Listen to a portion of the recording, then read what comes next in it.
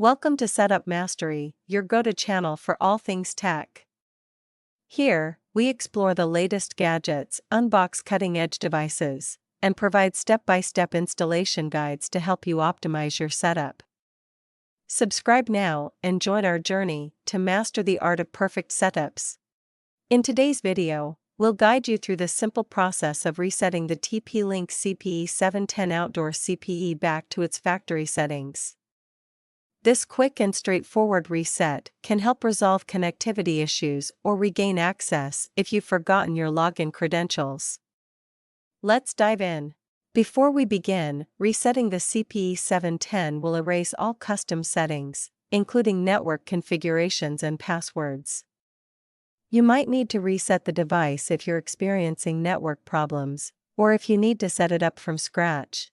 To reset the TP-Link CPE610, first, locate the reset button on the device.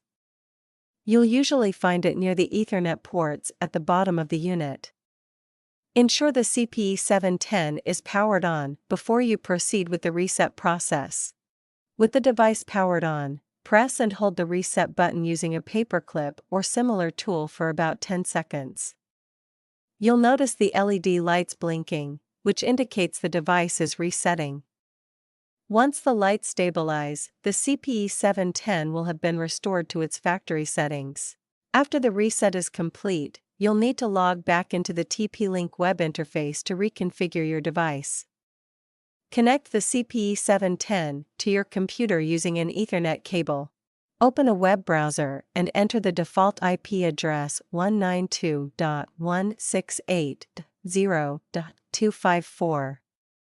Use the default login credentials, both the username and password will be admin.